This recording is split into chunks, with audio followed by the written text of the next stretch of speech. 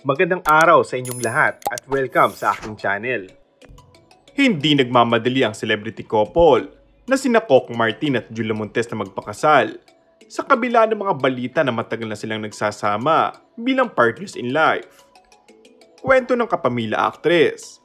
Sa ngayon ay na-enjoy lang muna nila ni Coco ang journey kung ano ang meron sila ngayon at siniguro niyang nasa pinakamasayang bahagi siya ngayon ng kanyang buhay.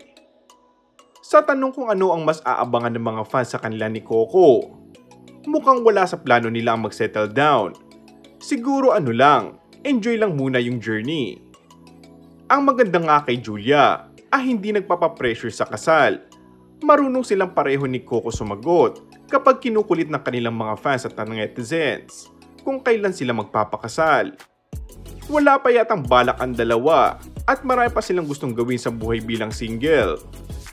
Very soon ay muling mapapanood si Julia sa big screen via her comeback movie, 5 Breakups in a Romance, kung saan makakatambal niya for the first time ang Asia's multimedia star na si Alden Richard. I can say, as of now, yun yung project na most proud ako. Marami siyang in-instill sa akin. And siguro, ito yung most mature and parang awakening sa akin, yung film.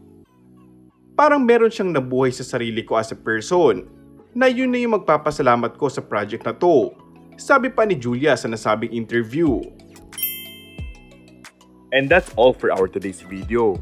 Kung bago ka lang sa aking channel ay mag-subscribe at pindutin na rin ang notification bell. Maraming salamat!